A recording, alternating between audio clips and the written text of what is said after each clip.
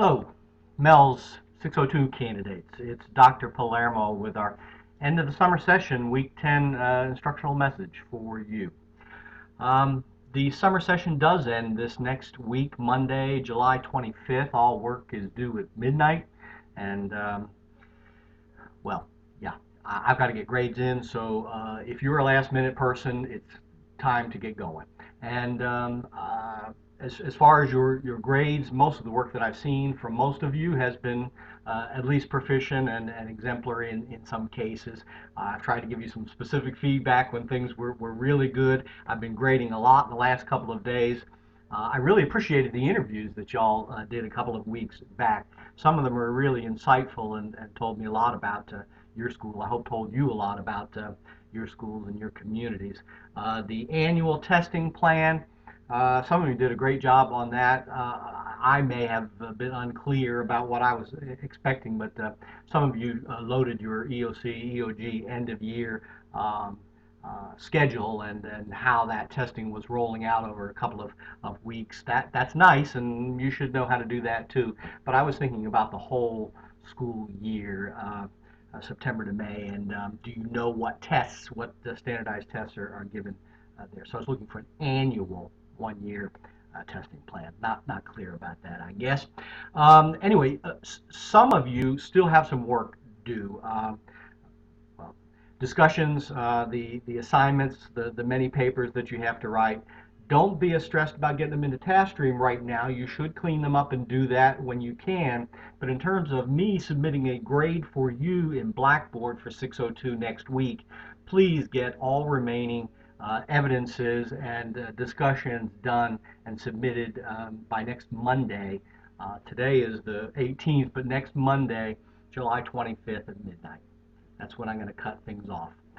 You will be prompted to do an evaluation of this course, and in me, I hope that you'll take the advantage to give me some feedback. And I've also got my own little feedback form, so after everything else is done, please download that little form and give me some feedback. It does have names on it. It's hard to be anonymous in Blackboard. So tell me honestly how you feel about the course and things that we could have done differently or better. Remember, continuous improvement is the practice, and I'm going to try to do that as well. So what about the readings this week? All good stuff from Reynolds and Gall. None of it that has to be done in order to demonstrate mastery with a discussion or your evidences, but some good data analysis and stuff. I also want you to, as rising aspiring administrators, to bring some common sense to the assessment analysis. Here's what I mean by that. I loaded something called the Big Mac Index. It's a funny little article from The Economist. It's a couple of years old now, but what it does is try to compare the economies of various nations around the world on a common sense scale. In this case, how much would it cost to provide the materials for a Big Mac? Okay.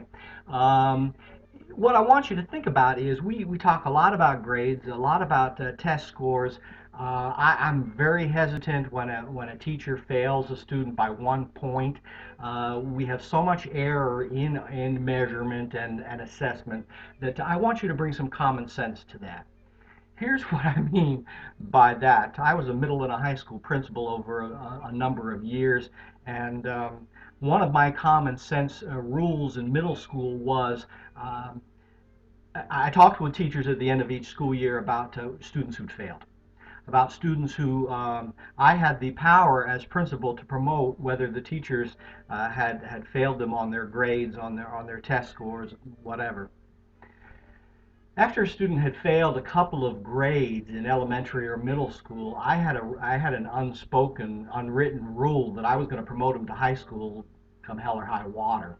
Why? I really thought it was inappropriate for especially a young male to be driving to middle school or be shaving an active beard in middle school. That was just too old to be around young children. So I would promote folks. You have the power as principal to promote folks whether they've made the grade or not. So again, when we're analyzing and parsing numbers and figures and making important decisions about people based on that data, tread carefully and use common sense. That's my whole point there. So it's the end of the semester. Please write to me. I'm going to be in Blackboard and grading every day this next week. I will stay on top of stuff and give you some feedback, but write to me if you have any questions, any concerns, and get her done. It's time to wrap it up. I hope this is a great week for you and that it's been a great season.